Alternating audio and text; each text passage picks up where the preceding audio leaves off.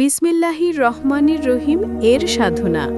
আসসালামু আলাইকুম। আশা করি সবাই ভালো আছেন। আলহামদুলিল্লাহ। আজকে আমি আপনাদের শিক্ষা দিব সেই মহান সাধনা, যেই সাধনার চেয়ে বড় কোনো সাধনা নেই এই দুনিয়ায়, যেই সাধনা সমস্ত অলি আউলিয়াদের সাধনা, সর্বোচ্চ রুহানিয়াতের সাধনা, যেই সাধনা করলে মানুষ আল্লাহর আউলিয়া হয়ে যায়, তার উপর ইলহাম হওয়া শুরু হয়, সে দুনিয়ামুখী থেকে আল্লামুখী হয়। এই সাধনা সারা জীবনের সাধনা। এই সাধনা করলে দুনিয়ায় ও আখেরাতের কোনো ভয় থাকে না। এই সাধনা করলে মানুষ রুহানিয়াতের সর্বোচ্চ মাকামে পৌঁছে যায়।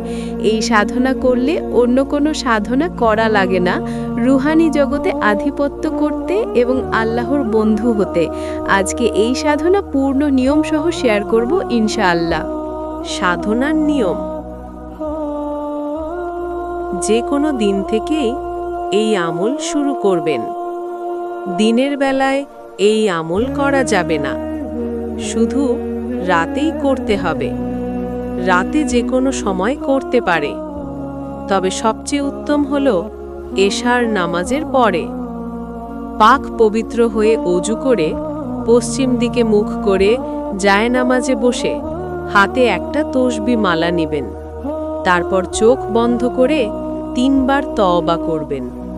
পরেই দুরুদ শরীফটি 11 বার জপ করবেন। আল্লাহুম্মা সাল্লি ওয়ালা সাইয়্যিদিনা ওয়া মাওলানা মুহাম্মাদিন ওয়া আলিহি ওয়া সাহাবিহি ওয়া বারিকি ওয়া সাল্লিম। পরে 1900 বার বিসমিল্লাহির রহমানির রহিম জপ করবেন।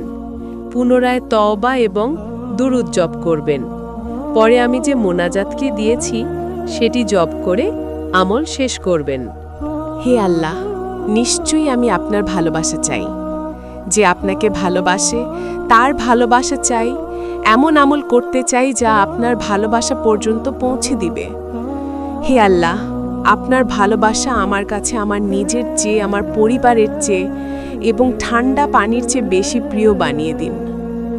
সকল সম্মান ও ক্ষমতার রব, তোমার প্রতিপালক পবিত্র ও মহান সে সকল কথাবার্তা হতে যা তারা আরোপ করে।